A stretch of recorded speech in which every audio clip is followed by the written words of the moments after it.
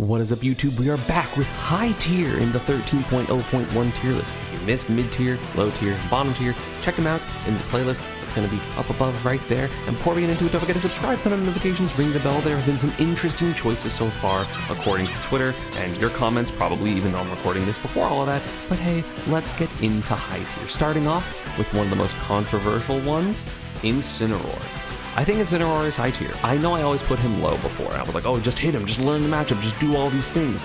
But the problem is, he has a really scary set of tools. And yes, he is slow, but he's not a character that you can camp because he's slow. And he has one very useful thing that slow characters generally don't, which is an amazing with punish tool in terms of side B. Side B is incredible, so you can't comfortably play the mid-range, which means you have to play either a farther mid-range or blatantly just run away from him, in which case he will eventually get to you in the corner. His damage output is fantastic. He kills obviously super early. Revenge is incredible as a disadvantage tool as well as an anti-projectile tool, so you can't just blatantly projectile camp him. You can't run at him as most characters because he'll just out-damage you and out-kill you. And he has really good normals. He has really good get-off-me options in terms of neutral beat. He has revenge. He has so many options, and he has great ledge trapping and good juggling, even though he's kind of slow. And of course, there's always the threat of side beat, so you're dead at 80, 85 at the ledge. It is really hard to play consistently well versus his character, and the Incineroars have kind of learned it. So people are scared to camp and scared to play mid-range unless they have a giant sword. So people have been running in, and Incineroar players are now dashing backwards and then forward tilting them, or forward smashing them, or otherwise getting a strong hit to de-incentivize people to run at the Incineroar players, which means you kind of just don't know what to do unless you play one of those really bad matchups like Pikachu, for example. Like, I am fine doing what I'm going to do versus that character, but most characters aren't, which is why you have seen the results of this character increase from SkyJ most notably, and also, of course, Mystery Soul in the Pacific Northwest. These players are fantastic. Again, it's not about results. I don't really care that much about results, but it's the fact that the theory of this character has gotten better, and they are getting better at applying said theory. So in my opinion, this character is high tier. Hi SkyJ, I know we argued about this at Smash World Tour. You're right, I'm sorry. Still worse than Captain Falcon though.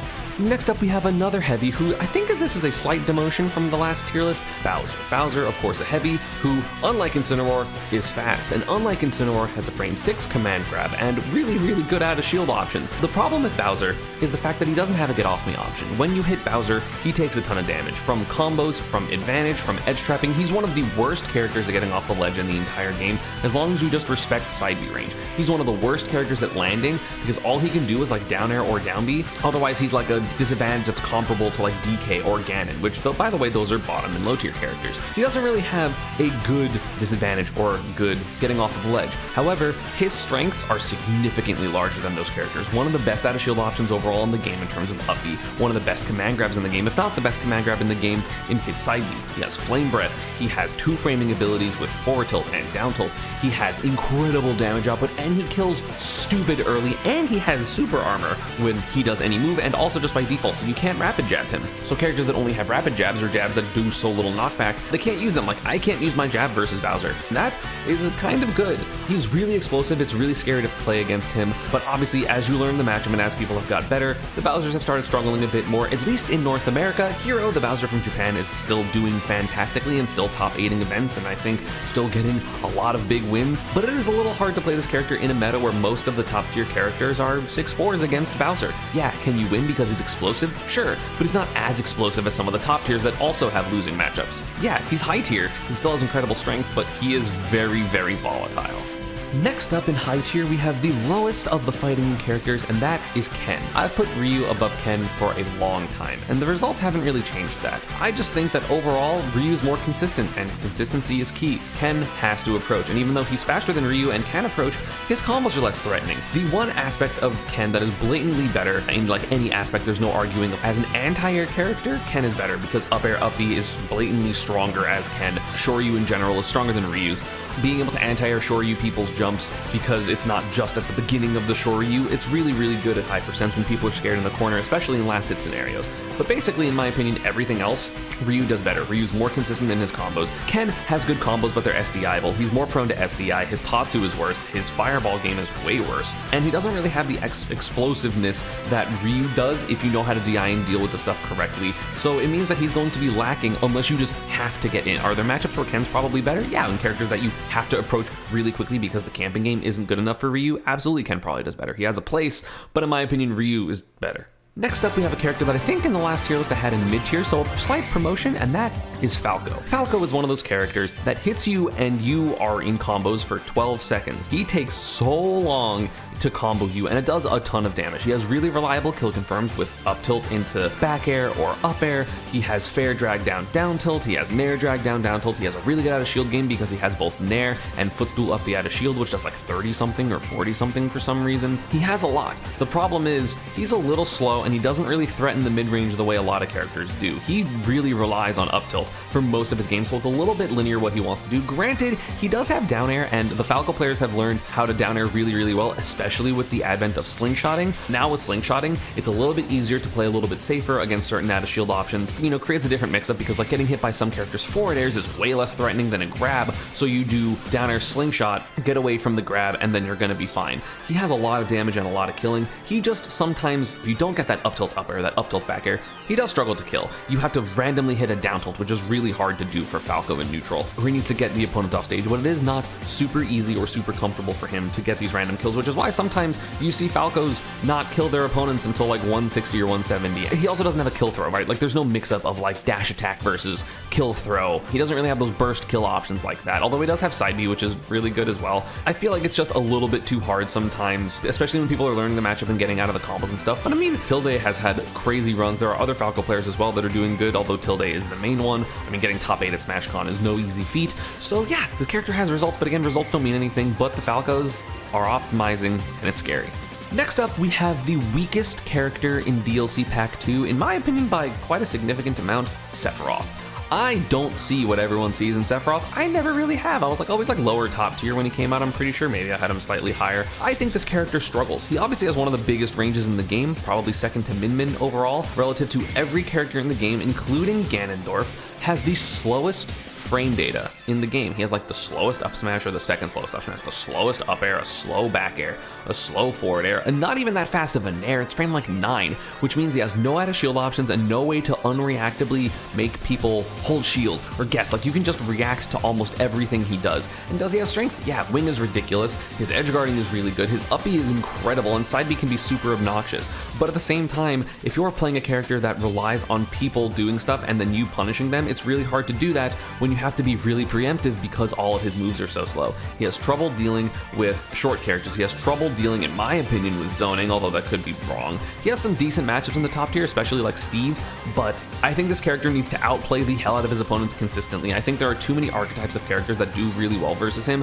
or characters that are just better sword characters that just beat him up. I think he's good, but I don't think he's incredible like some other people do. Speaking of characters that can be incredible sometimes, we have Hero. Hero's obviously one of the most inconsistent characters in the game because sometimes he can roll ridiculously well with a bunch of kabooms and buffs and stuff like that, and then sometimes he doesn't. But the problem is that doesn't is actually pretty exaggerated. I think that Hero actually has a really high chance of getting good rolls. I forget how to say his full name, but Aka, the hero from Japan, will straight up always get buffs. He doesn't even try to roll for Kaboom or Magic Burst or any of like the crazier, bigger punishes. He just goes, I'm gonna buff myself, deal a bunch more shield damage, deal a bunch more damage, and play solid, and solid is what he is. I think you can play solid with this character and still have a lot of success. There are hero players that have been doing better in the States as well. You have Beast Mode Paul, who has made several notable upsets in Florida, and I'm pretty sure at a couple of majors. You have Kabi, that destroys me on Wi-Fi, granted it's Wi-Fi, but like he's really good and he's made some progress in getting better. Hero is just a scary character. He has invincible moves, but again, he's a little slow and his frame data isn't great. But when you have the buffs that he does, and the out of shield game that he does, you know, I was definitely wrong in older tier lists. I didn't realize how good his up B out of shield was. It's really good, especially considering he also then has like crits and he can get snoozes and stuff like that. So he's a really scary character to fight basically at all times because if he just rolls well, you are probably going to have a much harder time. And he has like really crazy big kill options like his full neutral B and his smash attacks and stuff like that. And even though his up smash has like no range, it combos off of platforms from up B, and I've seen people just die at 0 to up B into up smash crit so many times on Town and City. It's ridiculous. The character that can like play mid-range really well, beats like every other zoner in my opinion. So has a really solid place in the meta, just not super good versus the rushdown characters, especially if they have safer moves than -7. So yeah, he's good, but he's not top tier. Speaking of good but not top tier anymore, we have Inkling. Inkling obviously was super highly rated at the beginning of the game, but then everyone learned how to play neutral, and it wasn't just to play the neutral for you like Inkling does. Inkling's neutral is ridiculous. Back air is incredible, her dash is super good and super annoying to deal with. They just have a lot of options. Up throw, up air is really good, you have a good combo game, you have Ink, but the problem is, if you don't get up throw, up air as a kill option, or you don't get an edge guard, you're not killing with this character. And as I've mentioned so many other times in this tier list already, if you cannot kill consistently, you are going to have a bad time against people that can, or can have rage, and then suddenly their inconsistency is now consistency. So you can know that you are going to be fine versus Inkling. You just have to watch out for roller, and you have to watch out for like forward air and stuff like that, but otherwise, it is so hard for Inkling to kill, and that is a really, really big deal. You just have to be consistently outplaying your opponent in neutral over and over and over and over again. And again, Inkling's neutral is very good, so that's possible, which is why she's high tier, but it is really hard, especially when players are getting better and players are just getting good at like the, oh, I'm just gonna overshoot and then hit you once and then you're gonna die at 70, whereas Inkling struggles to kill at 140. It doesn't matter how much damage she does if she's not getting the kills, because again, proportionally to where you're gonna get the kill, even if you're doing 50% of the combo, that's a third of a stock, whereas a Roy does 50, and that's more than half of a stock to like the jab backer, you know what I'm saying? So it just kind of got power crept by people understanding how to play other characters better, and that's why Inkling is here. Speaking of a character that can kill you at 50, we have Luigi. He can actually kill you at 0 with 0 to death combos. He's one of the only characters with pretty consistent 0 to death combos, or 0 to 70 combos if you know, they DI weird and they get, so you just do, instead of down air, up air, you do down air, nair into up air, forward air, up air, back air. This character does so much damage. He has an exploitable disadvantage state because he's going to mash either nair or down B, and then he has a somewhat exploitable offstage play. He has a lot of bad matchups. He has matchups that are really, really difficult, like Sephiroth, Samus, the Belmonts, Pyramithra, Cloud. There's plenty of characters, in my opinion, that give Luigi a really hard time, but at the same time, he's one of those characters that's super scary because, oh, you're up 2 stocks and 100%? Cool, you got hit off stage, you ended up losing your stock to whatever. You are at 0. The Luigi is at 120, it's an even game. Right? Like, that thought is terrifying, and not many characters have that, and Luigi is definitely one of them, which gives him a fear factor which makes him better in tournaments, because you can't just be calm in those situations. Like, you're not. No player's like, okay, I am 100% calm even though he might kill me and win the game when I was winning by so much. That's not a thing that players do. Maybe Spargo and Leo type of thing. You've seen Elegant capitalize off of huge disadvantages to end up winning games. It's less so about results, but more so this character is just really scary. I still feel like people are bad at edgeguarding this character, myself included, except for the Sephiroth players. The Sephiroth players and Spargo specifically edgeguard the hell out of this character. That matchup's so bad. Sephiroth Luigi looks awful. I saw the Low Tide City sets for Elegant. It was rough. Other than like the niche matchups, I feel like he has a really good spot in meta. I do think some zoners do pretty well versus him. I think he is definitely fighting an uphill battle, but he has all the tools to win an uphill battle, because sometimes he's an uphill battle, suddenly he sees the peak, and then he's on a snowboard down a slope with no friction, and he's doing nothing but going fast and killing you. So yeah, Luigi's pretty good. Speaking of characters that say good, we have Corrin. Corrin's high tier. I've always thought Corrin was really good. I mean, not always, but like since the buffs, I was like, yeah, Corrin's like upper mid tier, low high tier, and that's kind of where I put her now, although it's more like the middle of high tier. We've obviously seen what Corrin can do in terms of Leo, in terms of Shattuck. I still want to say Shattuck is the main one because Leo's juggling like 5 characters right now, and he went Rob recently in Cuba. She's one of those characters that, yes, she's slow, which isn't good. Obviously, being faster is generally better, but Corrin has the tools to make the speed not really matter. She has one of the best advantage states in the entire game with up air and forward air and back air and pin. She has really good edge guarding because of back air and Dragon Fang shot and pin. She has really good 2-framing because of pin. She has really good edge trapping because of back air and Dragon Fang shot and forward smash and pin. She just has a lot of tools. She does a ton of damage. She has really good aerials, decent combos. She kills really easily with back air and up air and pin and Dragon Fang shot, and up throw is a kill throw. It's not a super good kill throw, but it is a kill throw. Decent recovery. You can mess with it if you have a multi-hit or a lingering move, because you can get in where the up B starts and then the invincibility disappears right when the hitbox does, so it trades, and that's really unfortunate for Corrin. It's really hard to fight against this character because you can't just blatantly rush her down, because she has back air and down tilt and just dash back, and then if you whiff, she's gonna pin you, she's gonna grab you, she's gonna do something. So then you kind of play this awkward mid-range, but you're playing mid-range against a sword character. And yeah, she's slow, so some characters can do that. Faster characters, faster sword characters can do that. So she definitely gets outclassed by certain characters, but that doesn't mean she's not really good, and she definitely has her spot in the meta, and we've seen that literally have success. The character has reps, has the strats, has the moves, good character.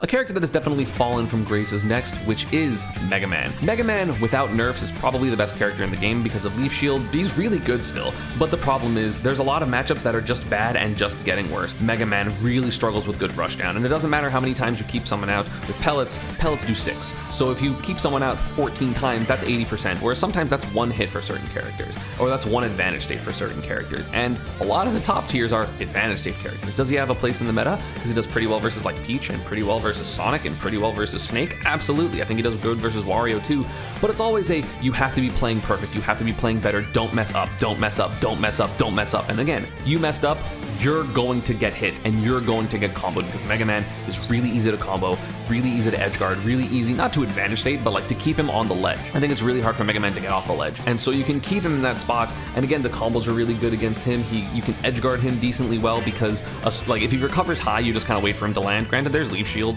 and Leaf Shield's broken for multiple reasons, but I feel like you can just kind of put him in bad spots over and over again or not give him the space that he can run away from you. But at the same time, he has like Metal Blade Z-drop out of shield stuff, so you still have to be kind of careful. It depends on how the Mega Man's playing, kind of like Link, where it's like, oh, they can play in this fancy type of way, but like then they're sacrificing something else. Like they can't, I guess with Z-drop hitters, you still can like Z-drop pellet, but at the same time, you're not scared of like a backdash Metal Blade that does 10 into a grab into whatever. And so it's different threat ranges for different percents, so it's a little bit hard to play Mega Man, especially when so many characters can just like backer you, and you're gonna take 1 billion damage and like a combo. So yeah, I got a lot of negative comments on Twitter when I posted this tier list because again, I have to re-record this for like halfway through this video, and that is Chrom. I think Chrom has a bunch of good stuff. His normals are probably overall the best in the game. Between all of his sword moves and his specials, everything is really good about this character, except for his recovery. That's a big deal. He doesn't have a kind of good recovery. He has one of the worst and most exploitable recoveries in the game, because all you have to do is hit his air dodge. They're either gonna up you or they're gonna air dodge. That's literally all they can do, or recover high and hope that their aerials are good enough. But then if they don't, they recovered high, now they don't have a jump, they're going to die. We have seen this character be exploited time and time and time and time again.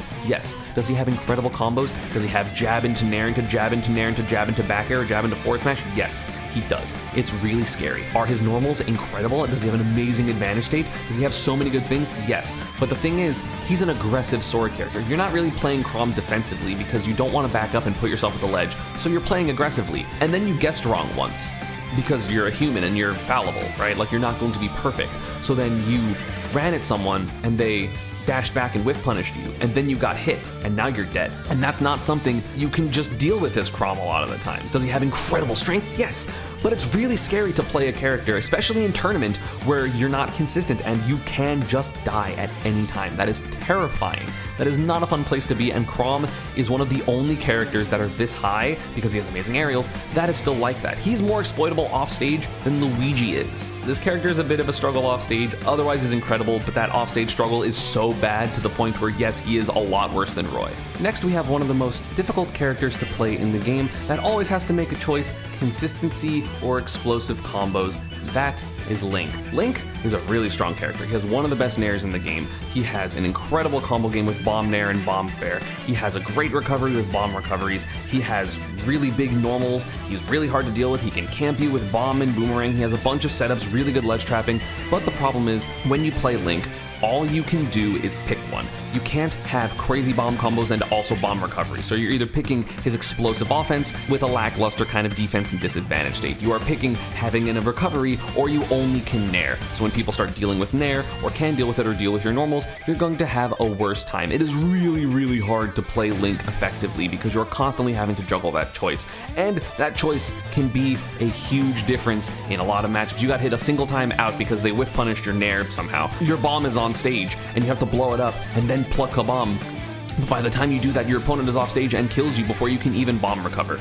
It's really, really hard to play Link effectively. I think in theory, if you were able to like merge both playstyles incredibly effectively, and not always be ready for everything, but like be ready for many situations and constantly are picking when you want to play with bomb and when you don't correctly, I think this character's low-key like top 15, top 20, but it is so unreasonably hard to do that to the point where right now I don't believe the character can. So for that reason, he's high tier. He's incredible, he's super good, he has a bunch of strengths. I don't like fighting this character personally, but I still think that he's just too hard. He's actually too hard to make those decisions correctly all the time. Like, not like technically he's super difficult, although he is, but like just like decision making wise, it's so difficult to put that much effort into knowing what you have to do all the time when some characters are like, haha, I hit the forward air button. Speaking of characters that just haha hit the button, we have Byleth. Byleth is high tier. Unfortunately, I want to say he's mid tier, but he has a lot of tools. And also, slingshotting is honestly really good for him when it comes to space and forward airs and stuff, which allows him to have a more varied offense, because before it was like he's going to nair, or he's going to wait for you to do something and then dash attack or forward air or something and just catch you out in those positions. But now he can be a little bit more aggressive with his aerials, but not nair, so like back air and forward air, and then slingshot out of the way and be a lot safer, and then put himself in a position where he can forward air you again. That's really, really good. He has incredible killing with nair into dash attack, nair into run off forward air, up B into back air, up air in general, down tilt up air. This character can do a lot. They can deal with some rush down because they have up B out of shield and also nair. They have a lot of good combos. They have the damage output. The problem is they're just slow, and sometimes they get rushed down a little bit too effectively, or ironically camped super effectively. I think this character struggles with characters like Steve and like Samus. It's really, really hard to accurately judge how good Byleth is, because in this game, 80 characters are good. So Leo can pick any character and probably succeed, and Leo is winning almost everything. He is winning the large majority of events he goes to, at the very least getting second. He got 30 collision and I guess summit. In general, at every open major, he's gotten first or second, basically all of them except for collision. But that's just the thing about this game, is you can have 4 6s and just be better than your opponent, and Leo is just better than everyone. So it's really hard to accurately describe how good Byleth is. If you think he's top tier because Leo succeeds, that's fine. If you think he's mid tier and Leo's just strictly better than everyone, that's also fine. I'm kind of in the middle ground where Byleth has a lot of good stuff, but at the same time, Leo's really, really, really good. Leo's so good at this game, and people just aren't as composed as him, and so he gets a lot of kills. I think Byleth is a good character. I think it's a great pick, but just not top tier. Speaking of just not top tier, and this is the one that Europe always gets mad at me for, Greninja is next. Greninja is pretty one-dimensional. He has a really good dash attack, he's fast, he wants to whiff punish with dash attack, and that's all he's gonna do. He almost never will aggressively dash attack because it's not safe. He will almost never aggressively down tilt because it's not safe. If he's going to approach you, it's going to be with aerials. And yes, he does gain a little bit off of slingshot because nair is really safe, but at the same time, it was so safe to the point where it doesn't really avoid a lot of the out of shield options as far as I'm aware. I could be wrong. I'm down to be wrong, that's fine. Yeah, obviously it avoids the ground move, but it was -3, -4 anyway, so it was always avoiding most of the ground moves. And his linear isn't good enough. It's good, don't get me wrong. Dash attack, up air into drag down, into all these things, into advantage state is really good, but also people don't just understand how to play neutral against this character. They don't just run at him. They don't overshoot. They're like, he's gonna run forward, even though Greninjas literally never run forward. They just don't do it. Greninja players always put themselves in the corner. And again, maybe that's a player thing, but like Greninja's best option is dash back, dash forward, dash attack. So like you want to be mobile, you want to be moving, you want to be putting yourself in the corner, and then people don't expect that he puts himself in the corner and then they get hit by dash attack over and over and over again. I think that's a player thing. Granted, this character has a lot of results. You have Stroder when he plays this character, you obviously have Leia from Japan, you have all of the European Greninjas like Alexiao and I Studying. There's a couple more in the States as well. Greninja's a solid character, he's really, really good. I just think he's a little bit too linear and not threatening enough in that linear play to be better than this. Next up, we have the next fighting game character, is Kazuya. I think Kazuya's a bit overrated at the moment. He's terrifying, don't get me wrong, but there is a reason that all the Kazuya players are counterpicking Kazuya. He doesn't have a good matchup chart overall. Every single Kazuya is a Kazuya secondary or a Kazuya co-main, where they just only go Kazuya in the matchups that are good or the stages that are good. You have T Pac-Man, who is a Pac-Man main Kazuya secondary, Riddles, who is a Terry main Kazuya secondary, Tarek, who is a Greninja main Kazuya secondary. They can just play Kazuya when they're comfortable. Then there's Ferps, who obviously is a Kazuya main, but we haven't seen enough of him for me to be like, yeah, he's gonna just beat everyone. So Kazuya has a lot of flaws and has a lot of bad matchups. Is he like in theory able to beat everyone because he has invincible dashes and a bunch of invincible moves? Yes. Is he terrifying? Absolutely. He's so scary, but there is counterplay to him, especially if you constantly rotate your stick to make the DI line kind of appear at different times. It's really, really hard for him to consistently do his combos like with if you are doing the correct counterplay, but he still does a ton of damage. He still kills you mad early. Electric is the best move in the game. Either that or like Steve Block, just for like the utility that they have. It's at the very least the best offensive move in the game. Because of that, Kazuya is terrifying, but he has a lot of bad matchups and a lot of flaws. His disadvantage isn't super good. His offstage play isn't super good. He can't really get off of the ledge, so he's one of those characters that you just have to, unfortunately, play really well versus him. If you mess up, he's terrifying. But hey, as people get better, they're messing up less, especially with the top tiers that can deal 50, then afford to mess up, or then are an advantage if they mess up still. So yeah, he's hard. He's hard to fight against, but there are plenty of characters that can very effectively. And with that, I don't have to keep re-recording because I messed up my Twitch recording with the Twitch VOD track, so enjoy past ESAM before he knew what Twitter said about this list. Enjoy. Diddy Kong is overall just overrated. His normals are good, but they're not the best in the game. His speed is good, but his recovery is exploitable and everyone just fucking sucks at edgeguarding it. Monkey Flip is reactable if you're not just so terrified. He has good normals. Shield Banana, react to Monkey Flip. His game plan is so surprisingly linear. He's a good character, don't get me wrong. But like, if you deal with Banana, you're gonna win. If you have good out of shield, you're gonna win. If you can space on his shield with decently safe moves, you're gonna win. The character is good, really good. Has a lot of randomly losing matchups. You have to outplay your opponent doesn't know not what they're doing. This character has to do so much bullshit to like contend with people that can just mash aerials, and the mashing aerials is better, is the thing. So yeah, high tier. He's good, don't get me wrong. This character's terrifying. If you know what you're doing, it's way less terrifying. I'm gonna put Ryu.